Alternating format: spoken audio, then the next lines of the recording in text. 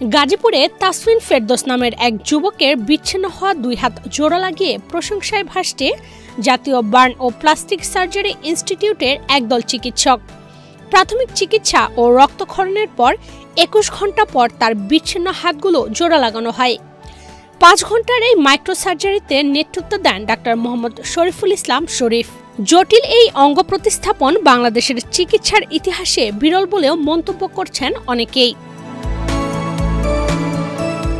6 December শনিবার সকালে তাসফিনকে দেখতে গিয়ে জাতীয় বার্ন ও প্লাস্টিক সার্জারি ইনস্টিটিউটের ডাক্তারদের প্রশংসা করেন বিএনপির সিনিয়র যুগ্ম মহাসচিব অ্যাডভোকেট রুহুল কবির রিজভী।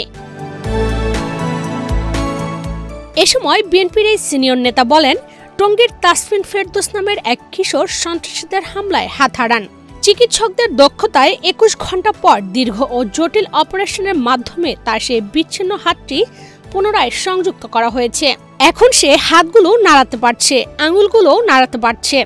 এটি সত্যি বিস্ময়কর একটি অর্জন। আজকে এই ইনস্টিটিউশনে আসার মূল উদ্দেশ্য হচ্ছে এখানে একটা ব্যতিক্রম ধর্মী, যা সহজে সম্ভব না, সেই সম্ভবটি করেছেন আমাদের এই প্রতিষ্ঠান, তার চিকিৎসকবৃন্দ।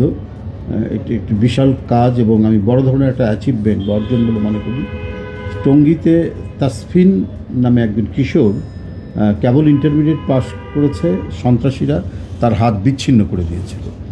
সেই বিচ্ছিন্ন হাতটাকে প্রায় 21 ঘন্টা অপারেশন করে তারা 21 ঘন্টা পরে তারা সেটাকে জোড়া লাগাতে সক্ষম হয়েছেন। অপারেশন পরিচালনাকারী চিকিৎসক দলকে বিশেষ অভিনন্দন জানিয়ে রিজভী বলেন, ডাক্তার শরীফের নেতৃত্বে পুরো টিম যে নিষ্ঠা, শ্রম ও দক্ষতা দেখিয়েছেন, এটি আমাদের জাতির বিশেষ অর্জন। আমাদের চিকিৎসকবৃন্দ আমাদের বাংলাদেশে তারা প্রতিটা ক্ষেত্রে প্রতিটা চিকিৎসা বিজ্ঞানের যতগুলো শাখা আছে, প্রত্যেকটি শাখায় আমাদের বাংলাদেশের সারা চিকিৎসকরা সিনসিয়ারলি কাজ করলে এখান থেকে হাজার হাজার মানুষ পার্শ্ববর্তী দেশ বা বিদেশে যায়, সে যাওয়ার আর প্রয়োজন হতো না।